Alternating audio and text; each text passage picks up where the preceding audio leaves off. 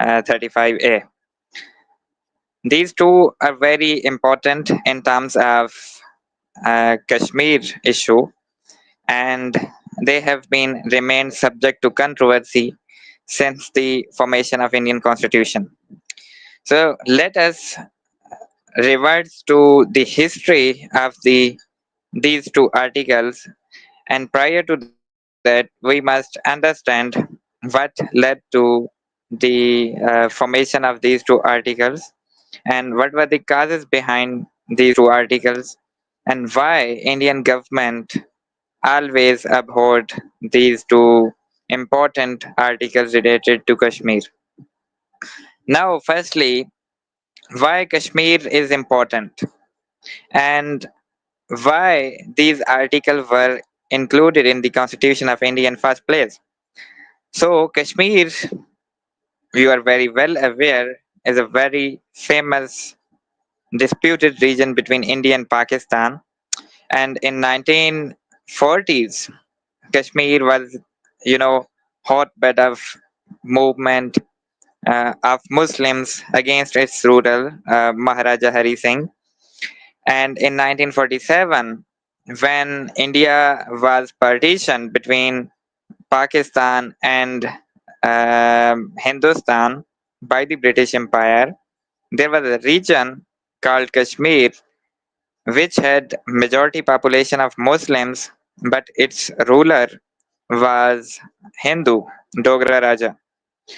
So after that, Muslim demanded allegiance to Pakistan, but ruler wanted to keep Kashmir independent. Tribal forces moved to Kashmir to liberate Kashmir against the Dogra Raj, and they in fact captured one third of Kashmir.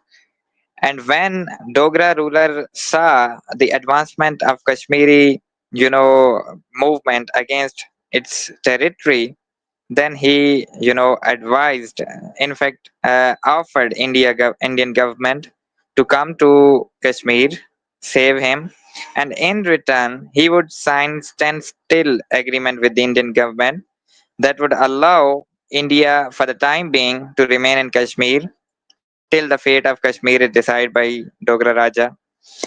But Indian government under Jawaharlal Nehru asked Maharaja Hari Singh first to sign the instrument of accession with the government of India.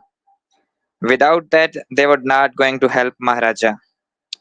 Now, Maharaja, under the duress of Indian government, had to sign the instrument of accession on 26 October, and then Indian forces came and prevented the invasion of Srinagar, that was capital of Maharaja government.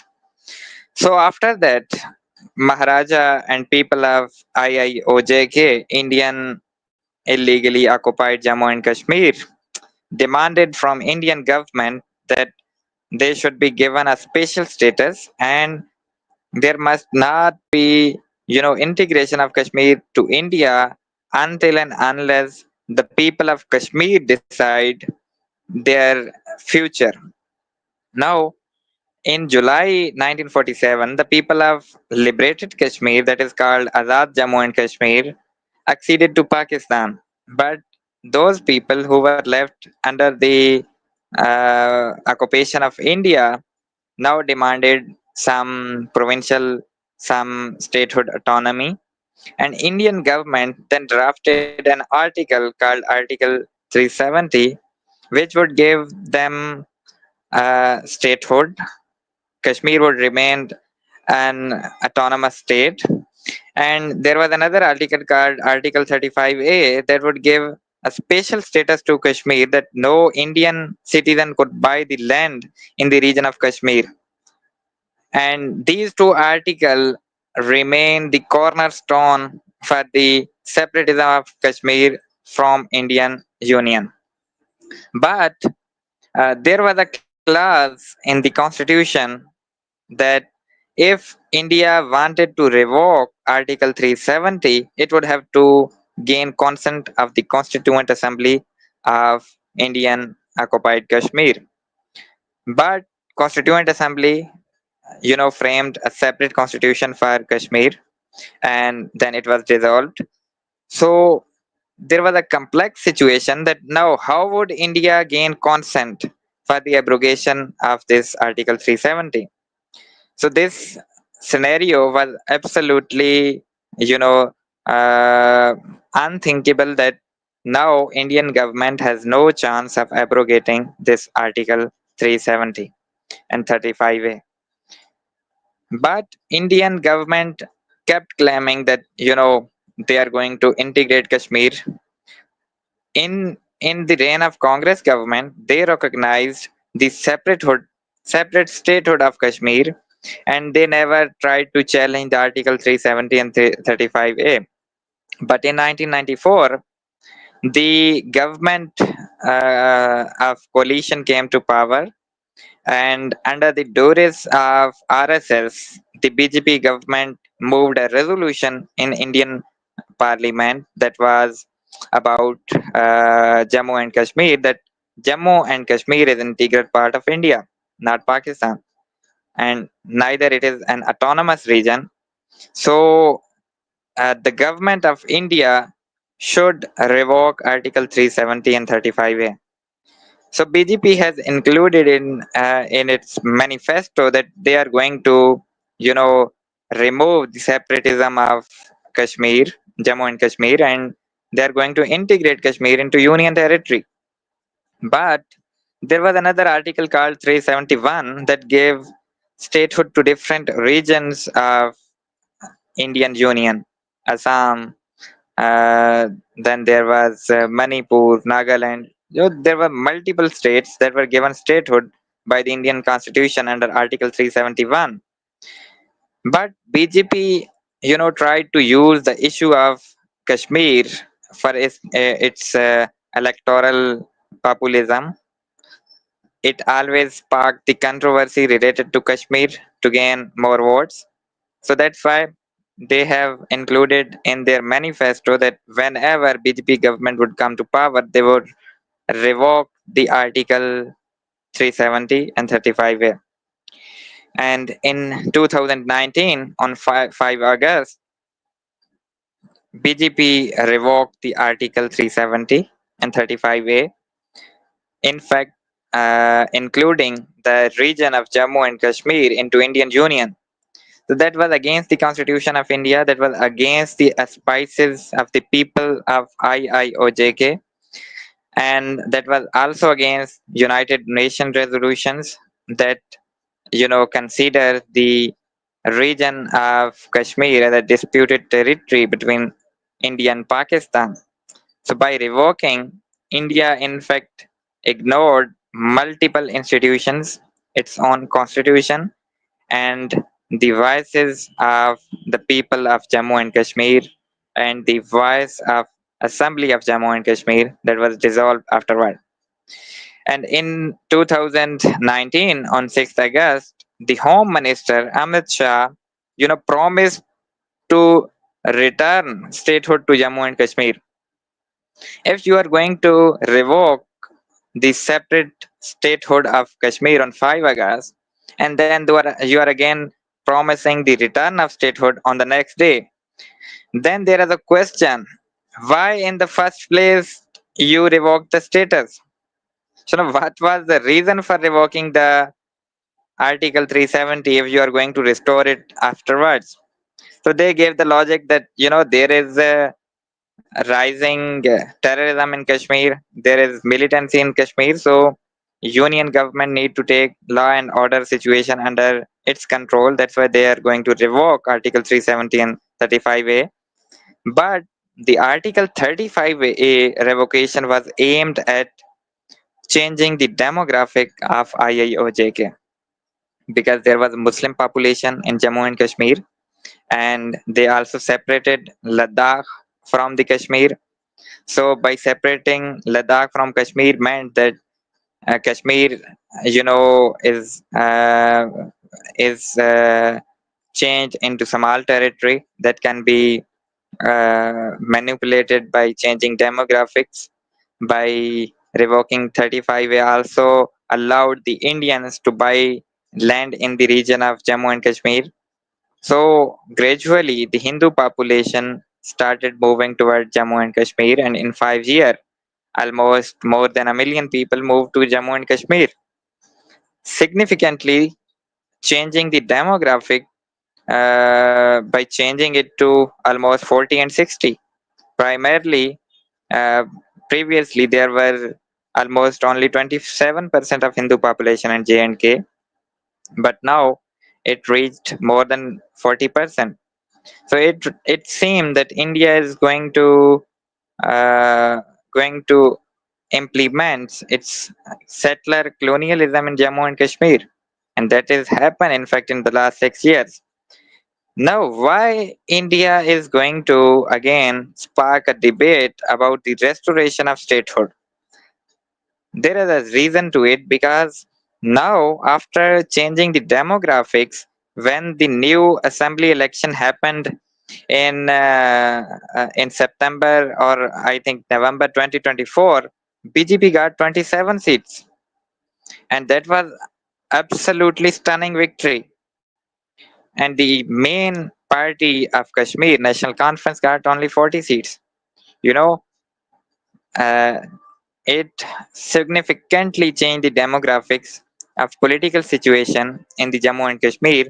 And now, again, after restoration of statehood, if elections occur in the future, BJP is going to, get more than 35 seats, and then it would be in a position to make government in Jammu and Kashmir. That is purely the Muslim region. Now, after revocation of Article 35A, they are going to rule the region of Muslim. They are going to change the full demographics of Kashmir.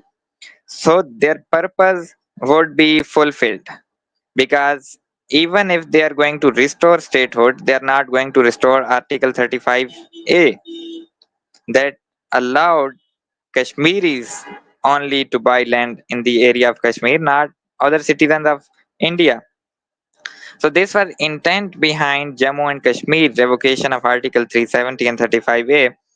And now, there is a debate that Pakistan is going to involve in the some kind of terrorist sponsoring in Jammu and Kashmir.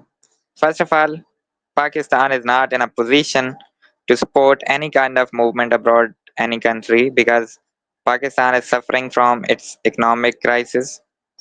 There is a lot of political instability in Pakistan, and Pakistan cannot afford to get involved physically in the conflict with India because there is a lot of mishandling of the country of Pakistan, and Pakistan is in a very critical situation. It has to move toward the way of stability and progress, so it cannot involve itself in the affair of Jammu and Kashmir.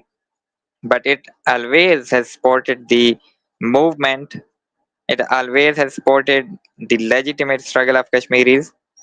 And there was another very important development few days back when the CM of Jammu and Kashmir, Omar Abdullah, said, speaking the language of Indian government, Pakistan is involved in creating some kind of military militancy, terrorism, and stopping the surge of tourism. And Pakistan has to stop its strategic uh, interference in the affairs of Kashmir. That was absolute nonsense. You are playing in the hands. You are being played in the hands of the government. You met Prime Minister Modi. You did not uttered a word about statehood. Now you are blaming Pakistan. That's absolute nonsense.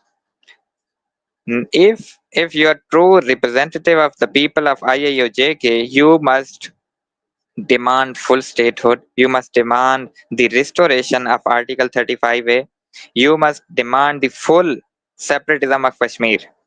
There is no need to blame for your ills on the country that is bordering the region of Jammu and Kashmir. In Pakistan, Kashmir, there is no militancy, there is no terrorism because people want to accede to Pakistan, and they have given their verdict on 14th on 19th July 1947. So I think this kind of logic by Prime Minister who is representing the people of IAOJK is highly misplaced. Apart from that, there is also another debate that why Indian government included IIOJK under the Union Territory. Even it has given statehood to many other regions. Why Kashmir is a problem? Now Kashmir is problem because Kashmir and Kashmiris themselves want plebiscite with respect to Kashmir issue. And Indian government who has itself taken the issue to United Nations now consider Kashmir an internal matter. And even it was Jawaharlal Nehru who on 1st January 1948 has taken the issue to United Nations that Kashmir is a disputed territory and they wanted Kashmir to be resolved through international UN resolutions. But when India saw that UN resolutions are against India, then they have uh, tried to ignore uh, the demand of the United Nations. They have ignored the voices of people. They have ignored the aspirations of people, and now they have revoked special status for Kashmir. So intent was that gradually India would change the demographics of the Kashmir. They would change the nature of constitution of Kashmir, and then they would give some kind of partial statehood where most of the subjects would be reserved for the central governments and few subjects would be given to the elected government of Jammu and Kashmir. But even Omar Abdullah seems to be puppet of Indian government, but he is also not he is not in a favor of this kind of settlement where most of things should be handled by central government because it would clip the wings of autonomy of any elected government. And after all, what now Pakistan can do about it? In fact, Pakistan has done much about it in internationalizing the issue recently, and Pakistan has won the diplomatic debate. Even Kashmir has become a global flashpoint by Global Peace Index. It is second most critical issue in the world that can spark the nuclear confrontation between two countries. Apart from that, United Nations has always condemned the atrocities committed by Indian forces in the Jammu and Kashmir, and OIC has also called Indian government to resolve Kashmir through dialogue and diplomacy. So Pakistan has got great leverage by recent conflict between India and Pakistan, and Kashmir issue has become an international again. So I think Pakistan need to keep this diplomatic blitz on its way. Pakistan must again keep highlighting why restoration of statehood is important and why Article 35 is important because you cannot ethnically cleanse any population from any area. You cannot demographically influence any area and reduce majority of that area to minority. And Modi government now is trying to use some kind of different situation using using Operation Sindoor, using Pelgam incident as an excuse to change the conditions, political conditions of Jammu and Kashmir. And some scholars say that Pelgam incident was primarily aimed at replacing the elected government of Omar Abdullah because under the pressure of electorate, Omar Abdullah also started demanding the separate, again, autonomy of separate statehood. And that's why Modi government was thinking to try to stage a false flag incident and blame the elected government and take law and order in its hand and remove that government by presenting the excuse that this government has failed to prevent military or militancy and terrorism in the Jammu and Kashmir. But one must understand that even if the Pelgam incident was not false flag, why this happened in the first place? It is result of illegal operation, suppression, occupation, suffocation of Kashmiris that is being resulted in the form of such incidents.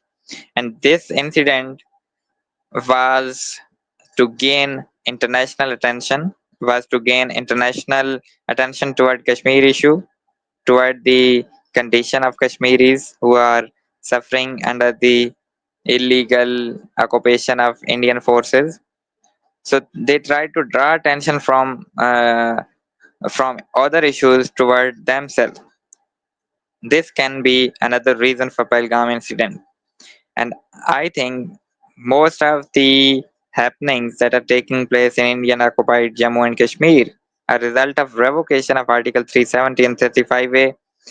Until and unless India does not restore these articles, does not restore the separate statehood of Jammu and Kashmir, does not abide by the international resolutions, there is likelihood of chances that in the future such events will be normalcy.